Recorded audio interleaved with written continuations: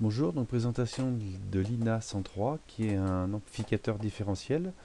Donc là le montage utilisé, donc on voit à l'entrée les différentiels ici, et puis on règle le gain avec une résistance RG. Donc là on l'a fixé à 667 ohms, donc on a un gain de 10, hein, donc on fait x10. Donc en dB, 20 log de 10, ça fait log de 10 c'est 1, donc ça fait 20 dB, un gain de 20 dB. Donc là on a une résistance de charge de 10K. Donc on a mis des petits condensateurs là de Tantal. Et une tension différentielle. Donc en simulation, voilà ce que ça nous donne. Donc RG permet d'avoir un gain de 10. Donc là en entrée, on a 10 millivolts. Et là, on a une tension continue de 0 volts. Voilà.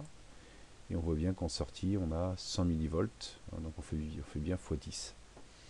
Alors, bien voir que si on augmente, si par exemple là on met 10 millivolts de tension continue, on va amplifier la tension continue aussi, donc on va avoir 10 millivolts x 10, on va avoir 100 millivolts.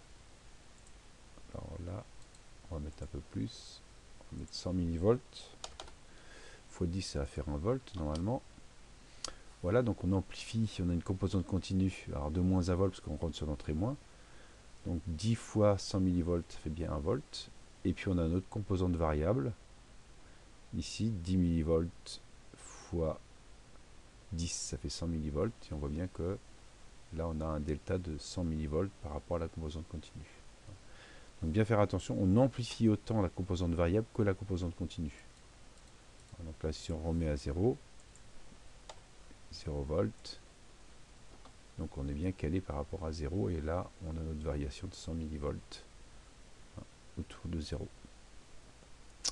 Voilà, donc c'est un amplificateur à gain variable, et on peut fixer le gain, on peut aller jusqu'à 1000, c'est-à-dire 60 dB, si on met une résistance de 6 ohms. Voilà, donc présentation de l'INA 103.